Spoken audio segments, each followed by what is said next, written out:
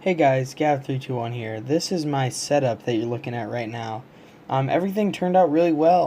The only thing that I really ran into for a major issue was my hard drive died, and I said that in the last video, but I got a new one and it's all working now. So here's my stuff, and I'm going to go over my peripherals and kind of show you what they are and how much they were. So here's the keyboard. This is the Cooler Master Master Keys Lite L. It has nice switches that sound pretty good and they're not too clicky, and then it has the RGB, and it also comes with this nice mouse that has two side buttons and the RGB support. Pretty nice. And then here's my mouse pad. It's the Corsair MM2000. It was $10. It's like a mid-size bigger one. Yeah, so that's the mouse pad. And then my monitor is the Acer like R240, whatever, it's a weird name, but it's IPS 60 hertz 1920 by 1080 with a zero frame design, and it's pretty nice. I've been really liking all these peripherals, and I would definitely recommend the keyboard, mouse, and the monitor for anyone who's on a budget. This is the cheapest stuff I could find that has the features: the RGB, the nice switches, the 1080p 60 hertz IPS. That's the cheapest I could find, but it's not cheap really. It's nice. And so you guys, you can see here we got HDMI, DVI, and VGA power, and then the aux cable for my speaker that I hooked up there. And that's the tilt that the monitor goes at, and there's the 1920 by 1080 60 hertz, and those are all my peripherals. And all those peripherals are $180 for keyboard, mouse, mouse pad, and monitor. And if you're looking for a budget build, this is what you're going to do. Take your computer cost, always add your peripherals, because you're like, oh look, I got a $600 computer, but it's really $780 with these peripherals.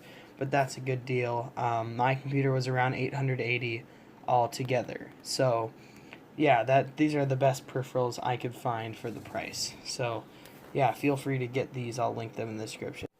Alright, so you saw my peripherals, and now I'm going to go over kind of what I have so far downloaded and what stuff you should download if you have a computer, a new PC. So, I have GeForce Experience up here. I have all my drivers in there. In this right here, I got my drivers folder, and then the AMD drivers just made a separate folder. Yeah, and then I got Google Chrome, obviously, because no one wants to use Microsoft Edge. And then for programs that I have, or games and stuff, I have Fortnite, Rainbow Six Siege. This comes out if you play for Rainbow Six Siege, and then Clash of Clans. You need BlueStacks for that. And then I have Discord and Steam. And then over here I have Autodesk Inventor. And if you look at my drives, we got our SSD and our hard drive, and Windows, as you can see, is downloaded on the SSD, 56 out of 118 gigabytes, and then 813 gigabytes free out of 930 gigabytes on the hard drive. And that's like all the programs I have. And then down here I got Snipping Tool and Skype as well. I don't know why Skype's not over here, but yeah, that's like everything that I've downloaded. So I'm just going to play some games real quick and kind of show you what this system is putting out. And these peripherals have worked great for me so far. Only $180 added on to your price of your computer. Alright, so this is Rainbow Six Siege, one of the games I'll be sort of testing, just kind of showing it run. Yeah, so it works really well. I mean, with max settings, max shadows, ultra detail, everything, 1920 by 1080, I'm getting 88 to 95 FPS, always. Lowest I've really seen is like 75. It's really nice, and so this will just be like kind of a clip of me doing some stuff on Rainbow Six Siege, and then I'll show you Fortnite and kind of what I get with Epic and high settings. And then also I'll show how having a 6-core CPU will help with stuff like AutoCAD or streaming. So I use Autodesk Inventor, which you'll see later in this video, and it works really well on it. So that's Rainbow Six Siege. This is Fortnite. So as you can see here, this is Fortnite, and I'm running at Ultra, or Epic's, I mean, settings. And what's weird is when I first got the computer, it was running like 60 to 70, low 55 FPS with Epic settings, all maxed. But now it seems to be running like 45 to 55. which is still pretty good for having max settings. But yeah, I don't know, that it still runs pretty good, and I still really like it. I don't really see much of a difference.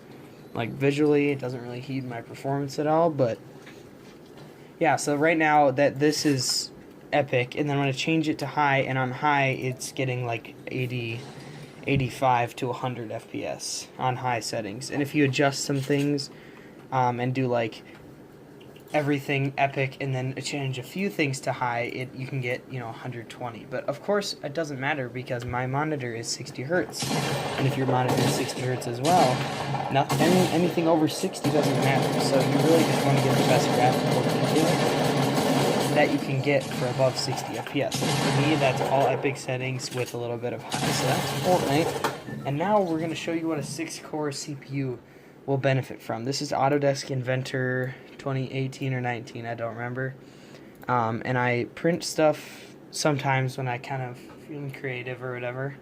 And at the end of the video, I'll show you I made something for the computer, and tell me if you want to make another video on that. But here's Autodesk.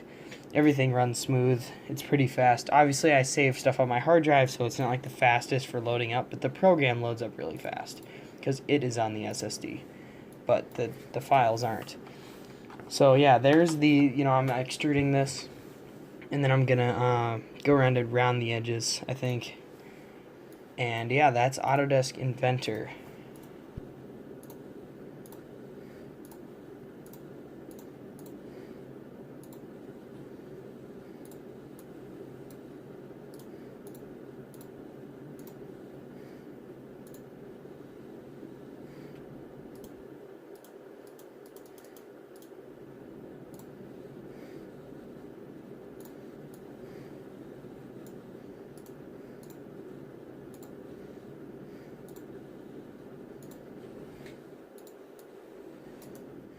And then right here you can see how fast it renders it into a 3D file. So I'm going to put it into 3D right here. Hit OK. I got to save it first, so I just labeled it as test. 1 second. And almost instantly it's already at a 3D STL file. Alright guys, thank you guys for watching. Hope you like my setup after this. This is the third part of that video. And I got a lot of views on the last video.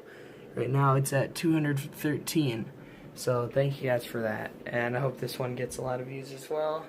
These are really good peripheral options. Maybe not this. This was a little $10 for a mouse pad. You could probably get a cheaper one, but it's not a lot of money, so it doesn't really affect it too much. But I would seriously recommend the keyboard and the monitor. Both great. Yeah, so thank you guys for watching. And maybe I'll do another video on this. Comment what else you want me to do. I did make something on that Autodesk program, and I put it right there. You can see it. It's white, but it's not painted, so you can't exactly see what it says on it. So I might want to do a video of painting that and stuff. So here it is. It's got the MSI Dragon on it. It's like engraved.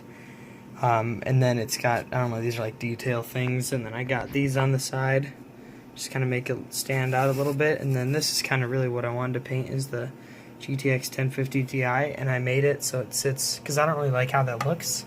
That's the only regret about this build. It's all good. It's all red, like how I wanted it, except for the graphics card. I wish I would have bought and just spent the $20 more and got the Gaming X variant of it that has 2 fans, and then it's got the red on it and everything. But I made this so it fits right on there like that, and then you can paint it and it'll look a little cooler. So tell me if you guys want to see that. If not, I just will do it and maybe show you it after. So thank you guys for watching. See you guys next time.